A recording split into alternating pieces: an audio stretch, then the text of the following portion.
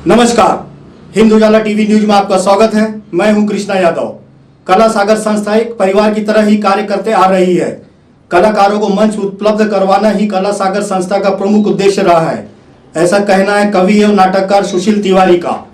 कला सागर संस्था के सचिव सुशील तिवारी ने कहा कि यह संस्था पहले एक पौधा था जो आज एक वृक्ष के रूप में उभरा है। संस्था द्वारा उत्कृष्ट नाटकों का मंचन भारत के विभिन्न प्रांतों में हुआ है और कई नाटकों को पुरस्कृत भी किया गया है।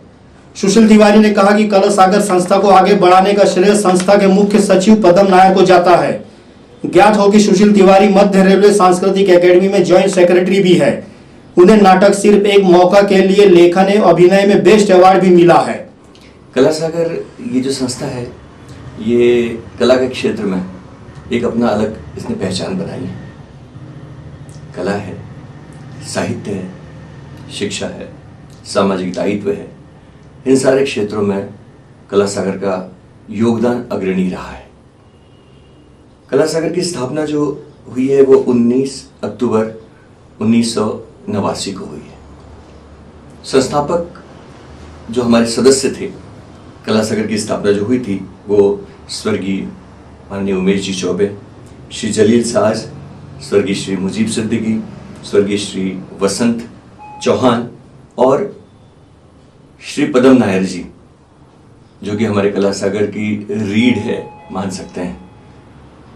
इन लोगों ने कला सागर की स्थापना की थी। आज 42 वर्षों से अनवरत कला के क्षेत्र में कला सागर अपना कार्य कर रहा है। कला सागर का प्रमुख उद्देश्य यही था कि विदर्भ में जो नाट्य कलाकार है उनके लिए एक मंच उपलब्ध करा देना और कला के माध्यम से सांप्रदायिक सौहार्द को बढ़ाना। आज कला सागर के हमारे प्रमुख स्तंभों में से मैं उन्हें स्तंभ इसलिए कहूंगा क्योंकि अनवरत रात दिन जो कला के बारे में सोचते हैं, ऐसे हमारे श्री पदम नायर जी जो हमारे कला सागर के मुख्य सचिव है, हमारे कला सागर के माननीय अध्यक्ष है श्री शब्बीर अहमद विद्रोही जी, कार्यकारी अध्यक्ष है श्री आनंद राठौरे जी, मैं स्वयं सचिव के पद पर कार्यरत हूं और श्री सुरेश सांगोलकर जी जो कि विगत लगभग 38 वर्षों से कला सागर से जुड़े हैं, कार्यकारी अध्यक्ष है। स्वयं सांगोलकर जी एक अच्छे निर्देशक भी हैं। श्रीमती रीटा धनवटे मैम ये उपाध्यक्ष हैं। हमारे कला सागर में श्री संजय कट्टमवार जी उपाध्यक्ष का पद सुशोभित कर रहे हैं। गौरी बोकड़े ये भी सचिव महिला के रूप में कार्य कर रही हैं। राजशेखर गिल्लुरकर जी है, श्रद्धा खोबरागड़े जी है, डॉक्टर रमेश बारस्कर जी है, ये हमारे कला सागर के चयनित सदस्य हैं। कला सागर में हमें जिन महानुभावों का मार्गदर्शन प्राप्त होते रहता है वह है doctor Om Prakash Mishra ji, doctor Parmatmanand Pandey ji, doctor Shrimati Sunita Mahatme जी, एडवोकेट संदीप डोंगरे जी, यशवंत जानवी जी, विनोद गार्जलवार जी, ज्ञानेश्वर गुरु जी, रचना चौबे जी, बहुत सारे नाम, इतने लगभग 150 हमारे आजीवन सदस्य हैं और ये सारे लोग एक परिवार के रूप में कार्य करते हैं। कई सारे नाम हैं, मैं कितने लोगों के नाम लूँ क्योंकि एडवोकेट प्रवीण सिंह जी है, प्रवीण मोहन जी है, हमारे रचना चौबे जी है, इनका सबका हमें सहयोग मिलता रहता है। तो कला सागर एक छोटा सा पौधा जो 40-42 साल पहले लगाया गया था, आज एक वटवृक्ष सा फल फूल रहा है। कला सागर में कुछ उत्कृष्ट मंचन जो आपने किया होगा उस बारे में बताइए। जी जी जी बिल्कुल। कला सागर के द्वारा कई सारे नाटकों का मंचन हुआ है, जिसमें 2 अंकी नाटक है। प्रमुख रूप से बदनसीब है, छुपा रुस्तम है, मुखौटे है, करिश्मा है, अटूट रिश्ते हैं। इन नाटकों का अलग अलग स्थानों पर मंचन हुआ है जिसे दर्शकों ने सराहा है और कई सारे पुरस्कार मिले हुए हैं। एकांकियों में चित भी मेरी, पट भी मेरी, चक्कर पुलिस थाने का वक्त, क्रांतिवीर, शिकायत से परे, ठग ने ठग को ठगाया और वेटिंग रूम, ऐसे कई सारे एकांकियों का मंचन हुआ है। मैं आपको ये बताना चाहूँगा कि इसमें से कई सारी एकांकी भारत के विभिन्न प्रांतों में, विभिन्न शहरों में उनका मंचन हुआ है। जैसे सोलन यानी हिमाचल प्रदेश, वहाँ पर वेटिंग रूम, क्रांतिवीर, इन दोनों एकांकियों को पुरस्कार भी मिले हैं। और जिसमें से वेटिंग रूम का निर्देशन मैंने किया था, क्रांतिवीर का निर्देशन हमारे सुरेश सांगोलकर जी ने किया था। सोलन है, सातारा है, इलाहाबाद है, शाहजहांपुर है, ऐसे देश के अलग अलग स्थानों पर इनका मंचन हुआ है और इन्हें पुरस्कार भी मिले। आपको अभिनय में रुचि रही है, तो आप ऐसा कोई ड्रामा है जो आपको याद है या कुछ अवार्ड वगैरह मिला है? जी, मैं चूंकि मध्य रेलवे सांस्कृतिक अकादमी से भी जुड़ा हूँ, मैंने नाटक लिखे भी हैं, उनका निर्देशन भी किया है, अभिनय भी किया है। मैंने हमारे रेलवे के एक प्रमुख स्तंभ होते हैं लोको पायलट की जिंदगी पर मैंने एक नाटक लिखा था, सिर्फ एक मौका। इस नाटक का मंचन हुआ था मुंबई में, नागपुर में भी हुआ था, लेकिन मुंबई में मंचन हुआ था। वो हमारी अंतर्विभागीय प्रतियोगिता थी और उस नाटक में मुझे लेखन के लिए प्रथम पुरस्कार और अभिनय के लिए द्वितीय पुरस्कार मिला था। वो एक मेरे लिए बहुत यादगार नाटक था। आपकी अभिनय में रुचि है, देखा जा सकता है कि आपकी पर्सनैलिटी एक फिल्म इंडस्ट्री में जाने लायक है, तो आपने कभी हीरो के लिए ट्राई नहीं किया फिल्म इंडस्ट्री में?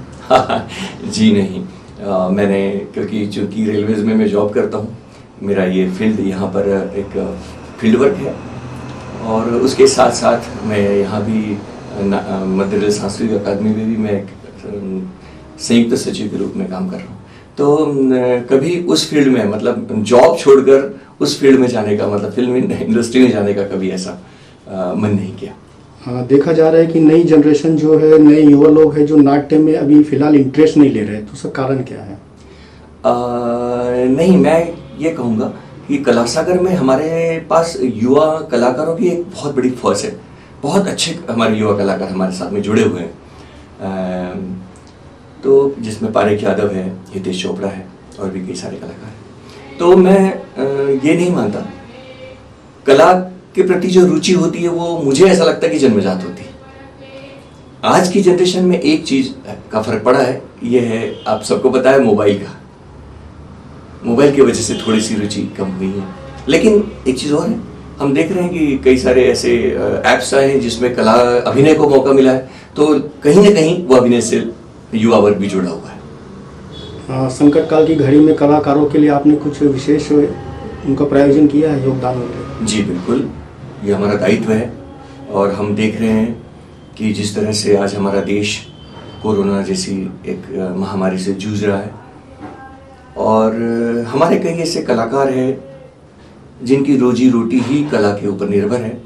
आज हम संगीत की दुनिया से अगर देखते हैं, ऑर्केस्ट्रा फील्ड के कलाकारों को देखते हैं, नाट्य के फील्ड से लोगों को देखते हैं, तो वाकई वो बड़े परेशानी का सामना कर रहे हैं।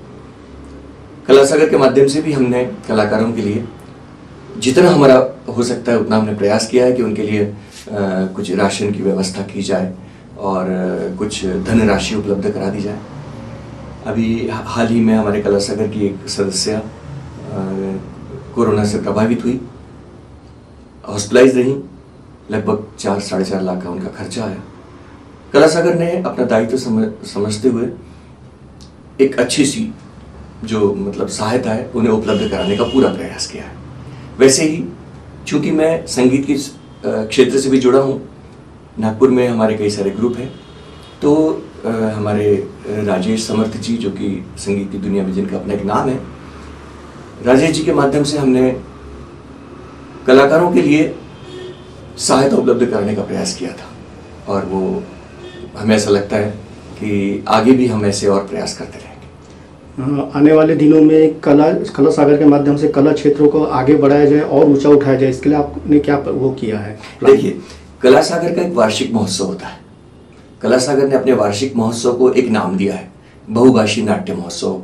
ये पदम नायर जी की सुरेश संगोलकर जी की, हमारे बाबूजी आदरणीय स्वर्गीय श्री उमेश चौबे जी की एक संकल्पना थी कि हम हिंदी नाटकों को, मराठी नाटकों को तो बढ़ावा देते ही हैं, क्यों ना हम दूसरे भाषाओं के नाटकों को भी बढ़ावा दें। तो फिर ऐसा सुझाव आया कि छत्तीसगढ़ से और भी कई जगह से हमने उन्हें निमंत्रण भेजा, उन्हें इस प्रस्ताव को रखा और हमारे इस प्रस्ताव को इतना अच्छा रिस्पॉन्स मिला।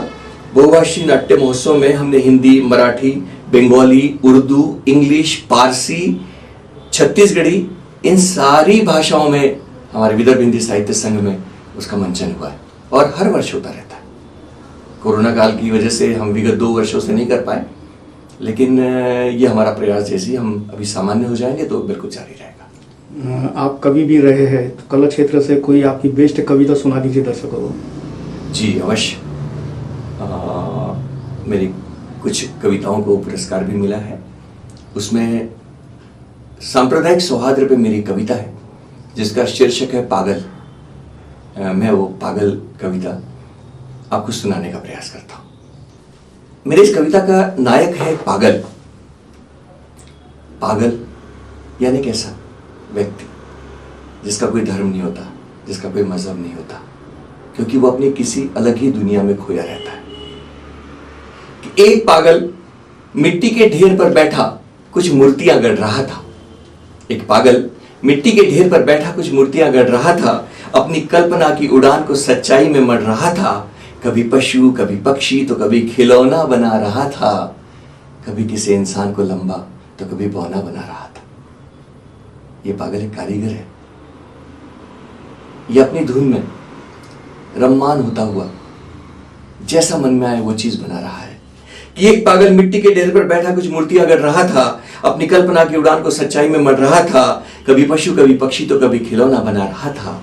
कभी किसी इंसान को लंबा तो कभी बौना बना रहा था। इतने में आया पूरब से एक हवा का झोंका। उस झोंके के आवेग से वो पागल चौंका, क्योंकि उस झोंके के साथ ही एक आवाज भी आई, इस जगह पर एक मंदिर तो बनाओ मेरे भाई। कारीगरी के गुण थे उसमें तमाम। उस पागल ने शुरू किया मंदिर बनाने का काम। नींव के पूर्ण होते ही किसी ने पश्चिम से ललकारा, यहां मंदिर नहीं बनेगा, यहां बनेगा गुरुद्वारा। पागल ने मंदिर की नींव पर आरंभ किया गुरुद्वारे का काम। रात दिन लगा रहा वो बिना किए आराम। कुछ काम हुआ ही था कि दक्षिण से एक लहर सी आई। कुछ काम हुआ ही था कि दक्षिण से एक लहर सी आई। मांग थी यहां गिरजाघर बनेगा, सारा हुजूम था ईसाई। पागल ने अपना सारा दिमाग किया खर्च और उसी ढांचे पर शुरू किया बनाना चर्च। इतने में उत्तर दिशा के शोर से उसका दिमाग भरमाया। अल्लाह अकबर के नारों से था माहौल गरमाया। अब पागल के सामने बड़ी मुश्किल घड़ी थी, क्योंकि भीड़ तो उसी जगह पर मस्जिद बनाने पर अड़ी थी। अब पागल के सामने बड़ी मुश्किल घड़ी थी, क्योंकि भीड़ तो उसी जगह पर मस्जिद बनाने पर अड़ी थी। पागल ने किंग कर्तव्य विमूढ़ मुद्रा में उस भीड़ को देखा और अपने पागलपन का दांव कुछ ऐसा फेंका कि मंदिर, गुरुद्वारा, चर्च और मस्जिद, हिंदू, मुस्लिम, सिख, ईसाई की जिद सबको अपने दिमाग में सजाया और एक ऐसा अजूबा बनाया कि मंदिर की नींव, गुरुद्वारे की दीवार, चर्च का छप्पर और मस्जिद की मीनार। अब जब इस अजूबे की चर्चा चारों ओर चली, धर्म के ठेकेदारों में मच गई खलबली। अब शुरू हुआ धर्म के अस्मिता के नाम पर दंगा। हैवानियत का चेहरा बेढंगा बदरंगा। कहीं लठ, कहीं गोली, कहीं चाकू, कहीं तलवार। कहीं लठ, कहीं गोली, कहीं चाकू, कहीं तलवार, कहीं बम, कहीं घूसे लातों की मार। पागल बैठा रहा उस टीले पर आंखें बंद किए मौन। उसे पता न था कौन इंसान है, हैवान है कौन। सब शांत होने पर जब उसने अपनी आंखें खोली, दंग रह गया देख भीषण खून की होली। सारा शहर इंसानों के कटे अंगों से भरा पड़ा था और उन सबके बीच एक छोटा सा बच्चा अपने मां बाप को ढूंढता रोता खड़ा था। पागल ने एक अट्टहास लगाया, पागल ने एक अट्टहास लगाया। हिंदू के पैर, ईसाई के हाथ, हिंदू के पैर, ईसाई के हाथ, मुसलमान का धड़ और उस धड़ पर सरदार का सर बिठाया। माथे पर लिख दिया हिंदुस्तानी, माथे पर लिख दिया हिंदुस्तानी। इतने में हुई आकाशवाणी कि अरे मूर्ख मानव, अपने आप को अब तो पहचान, अरे मूर्ख मानव, अपने आप को अब तो पहचान। यहां कौन भला इंसान है, यहां कौन है पागल और कौन भला इंसान।